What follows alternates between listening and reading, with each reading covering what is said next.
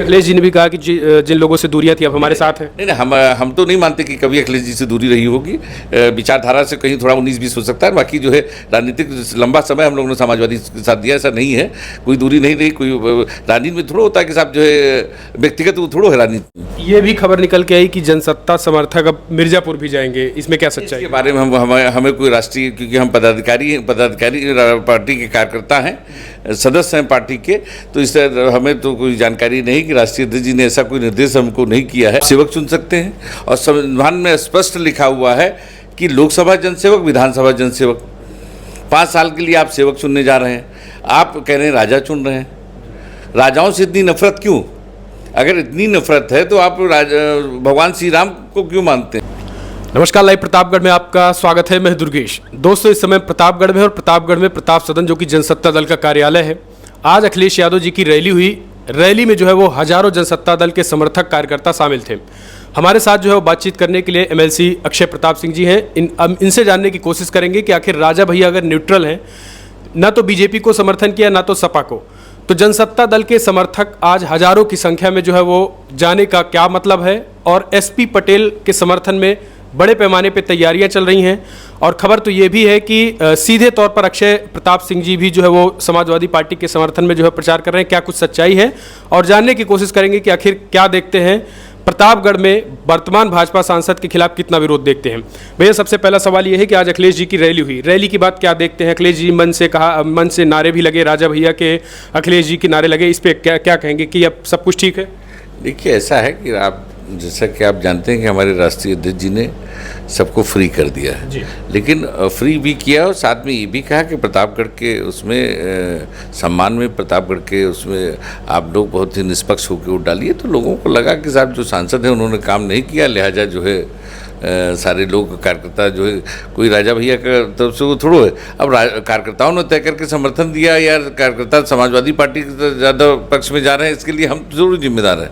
वो तो भाई जो सांसद रहा, ये इतना दुर्भाग्यपूर्ण है कि 5 साल के कार्यकाल में इतना ज़्यादा विरोध शायद ही किसी सांसद का हुआ हो। तो क्या लग रहा है, जन विरोध के आधार पे जनसत्ता समर्थक? बिल्कुल, उसके विरोध में जनसत्ता दल नहीं, जनसत्ता दल के कार्यकर्ता जो है गए ना, या जनसत्ता दल के कार्यकर्ता जा रहे हैं, तो इसके लिए मतलब कोई राष्ट्रीय अध्यक्ष या पदाधिकारी थोड़ी जिम्मेदार है। भाई हम लोगों को तो राजा भैया ने स्वतंत्र कर दिया ना कि आप लोग कहीं भी वोट डाल सकते हैं, क्योंकि कोई भी पार्टी तब किसी के पक्ष में बोलती है जब किसी पार्टी से दल से गठबंधन हो। जैसे गठबंधन नहीं है तो ऐसी स्थितियों में हम किसी दल के पक्ष में समर्थन थोड़ा दे सकते हैं। जब राष्ट्रीय अध्यक्ष जी ने कर दिया कि साहब आप स्वतंत्र हैं, तो उस हिसाब से कार्यकर्ता बहुसंख्यक जो है उनके साथ हैं, तो इसके लिए हम लोग क्या कर सकते हैं?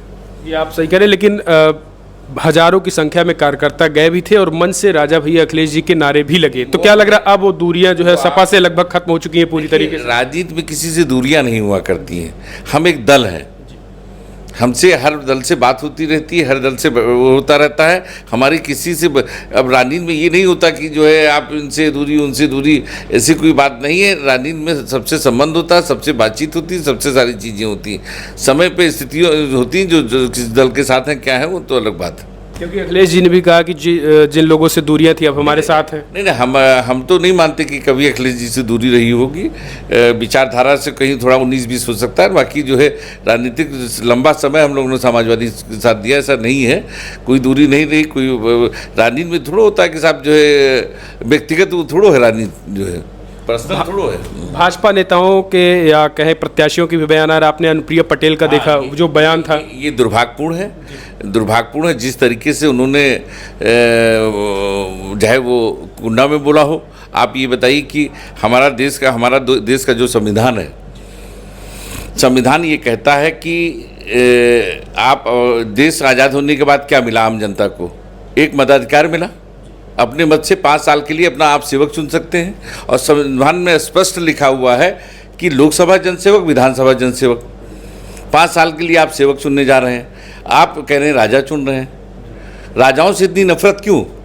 अगर इतनी नफरत है तो आप भगवान श्री राम को क्यों मानते हैं? क्योंकि भगवान श्री राम भी तो राजा के परिवार में पैदा हुए, भगवान श्री कृष्ण भी तो राज परिवार में पैदा हुए, और महात्मा बुद्ध भी तो राज परिवार में पैदा हुए। राजाओं से इतनी नफरत क्यों? अगर राजा न होते आज आप 1 बीघा जमीन नहीं दे सकते, लेकिन राजाओं ने तो अपनी रियासतें दे दी। आज जो भारत का स्वरूप देखते हैं आप, वो राजाओं की दी हुई है।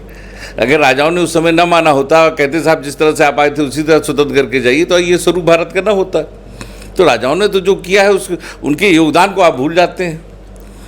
ये भी खबर निकल के आई कि जनसत्ता समर्थक अब मिर्जापुर भी जाएंगे, इसमें क्या सच्चाई इसके बारे में हमें कोई राष्ट्रीय, क्योंकि हम पदाधिकारी पार्टी के कार्यकर्ता हैं, सदस्य हैं पार्टी के, तो इससे हमें तो कोई जानकारी नहीं कि राष्ट्रीय अध्यक्ष जी ने ऐसा कोई निर्देश हमको नहीं किया है, तो इसलिए इस पर हम कोई बयान नहीं दे सकते। इसमें कोई भी सच्चाई नहीं है? नहीं, सच्चाई हम नहीं कह सकते भाई क्या है, हमारे तक बात नहीं आई है। अच्छा। हम भी एक सदस्य हैं, हमारे तक कोई ऐसी बात नहीं है। अगर आती तो ठीक बात थी, अभी पार्टी की तरफ से कोई बात नहीं है, इसलिए हम इस पर कुछ नहीं बोल सकते।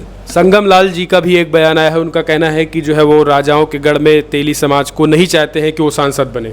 फिर वही बात आ गई कि ये लोग पता नहीं क्या इनकी मति हर ली गई है, क्या हो गया है भगवान जाने, कि इतने कम समय में या तो विपक्ष से ये परेशान हो गए हैं या क्या स्थिति, जनता इनको लिफ्ट नहीं दे रही है, क्या है, मतलब अजीब हो स्थिति। अब क्या कहें, शब्द नहीं है हमारे पास उसके लिए कि ना राजा लड़ रहे हैं ना राजपूत लड़ रहे हैं। लड़ तो रहे हैं, एक तरफ दोनों बैकवर्ड लड़ रहे हैं। अब दूसरे बैकवर्ड को ज़्यादा लोग पसंद कर रहे होंगे, इसलिए इनको दिक्कत हो रही। तो इसमें राजा का क्या रोल है या राजपूत का क्या रोल है, हमको समझ ही नहीं आती बात। कौन रोकने का? भाई आप एक बार सांसद रह चुके हैं, दोबारा आप लड़ने जा रहे हैं, हो सकता है दोबारा आपको नहीं दूसरे बैकवर्ड को आदमी चाह रहा हो ना, तो इसका मतलब राजा रोक रहे हैं। अगर राजपूत दूसरे पक्ष में जा रहा है तो इसमें कोई क्या कर सकता है? कोई राजा क्यों रोक पाएगा? कोई देखिए, हमारे संविधान में मतदाता भगवान है, भाग विधाता है। वो 5 साल के लिए हमको सेवक चुनता है, जनसेवक चुनता है, जनता का सेवक चुनता है, नौकर चुनता है। ऐसी स्थितियों में हम कौन होते हैं किसी को रोकने वाले?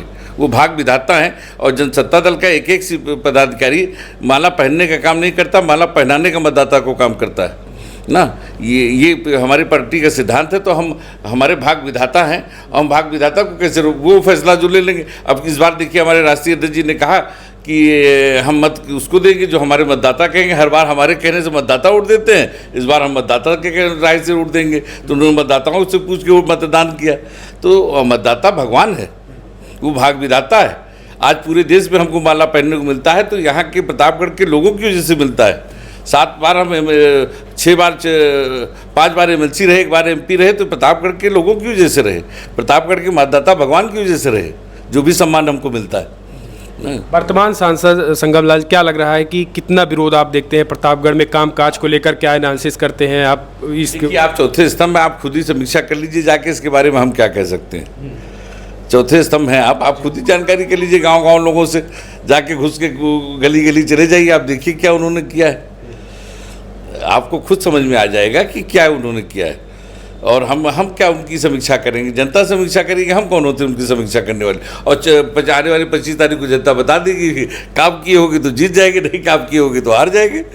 अच्छा, जिस तरीके की बयानबाजी निकल के आ रही है, आपको क्या लग रहा है कि राजनीति में जो है वो अमर्यादित भाषा या फिर इस तरीके की भाषा से वो क्या वोट जीता जा सकता है? ये तो देखिए दुर्भाग्यपूर्ण है, इस टाइप की भाषा बोलना, इतनी बड़ी राष्ट्रीय पार्टी के मंच से बोलना, ये तो दुर्भाग्यपूर्ण है। और राजा भैया के चाहने वाले पूरे देश में हैं, और इसमें कोई दो राय नहीं कि राजा भैया के चाहने वालों, राजा भैया तो किसी पक्ष में नहीं है, लेकिन राजा भैया के चाहने वालों के अंदर रिएक्शन तो है ही। नहीं, इससे वोट क्या लग रहा है कि इससे ध्रुवीकरण की कोशिश करने की कोशिश की जा रही है या जातियों में एक तरीके से? इसके बारे में हमें कोई जानकारी नहीं, लेकिन इतना हम जानते हैं राजा भैया किसी एक जात के नहीं है। पहली बात तो ये जान लीजिए आप, राजा भैया को एक जात से बांधने का प्रयास मत करिए, क्योंकि राजा भैया सर्वजात के नेता हैं। और कुंडा, बार बार हम इस बात को कहते हैं, कुंडा में मात्र 8-10 हज़ार ठाकुर हैं, और राजा भैया को चाहने वाले, राजा भैया ने समाज को ही अपना परिवार माना है। पूरे समाज, हर जात के लोग उनको मानते हैं, वो हर जात को मानते हैं। और जब भी अवसर मिलता है वो ये नहीं देखते कि राजपूत है कि परिवार। राजा भैया पहले व्यक्ति हैं जिसे जो भी विधायक हो जाता है, आपको बता दें, आप सर्वे कर लीजिए कि अगर विधायक होता है तो पहले अपने परिवार का कोई प्रमुख बनाता है, कोई प्रधान बनाता है, कोई पद ऐसा नहीं छोड़ता जिस पे अपने परिवार का नहीं लड़ाता है। लेकिन राजा भैया ने हमेशा अपने सामाजिक परिवार को बढ़ाया। एक उदाहरण के रूप में, बहुत सारे उदाहरण हैं, लेकिन एक उदाहरण के रूप में हम देखिए, जिला पंचायत में पिछली बार उमाशंकर यादव को सामान्य सीट से लड़ाया, वो चाहते तो अपने परिवार से लड़ा सकते थे। और उसके बाद जो है उन्होंने माधुरी पटेल को लड़ाया। तो राजा भैया ने कभी भी जातिवाद नहीं किया, भेदभाव उनका नहीं रहा है हमेशा। और उसी जिस तरह से उन्होंने सबको सब बात दिया, परिवार माना, वैसे से उनका वो भी परिवार मानते हैं। उनके जो अगर उन पर कोई अटैक करता है तो उसका रिएक्शन होता है। क्या लग रहा है कि जो ये भाषा निकल रही इसे ये स्वयं नेता बोल रहे हैं या फिर कहीं ऊपर से कोई आदेश वगैरह तो नहीं कि आप इस तरीके की बोलिए ताकि ध्रुवीकरण हो? देखिए, इसके बारे में हम क्या बोल सकते हैं, बस इतना हम जानते हैं कि ईश्वर ने उनकी मति को हर लिया है, तभी इस टाइप की भाषा बोल रहे हैं, जिसका कि उनको देखना। आज चुनाव संपन्न हो जाएगा, आज प्रचार जो है संपन्न हो जाएगा, 25 तारीख को वोटिंग है। क्या कहेंगे प्रतापगढ़ की जनता से फाइनल चीज?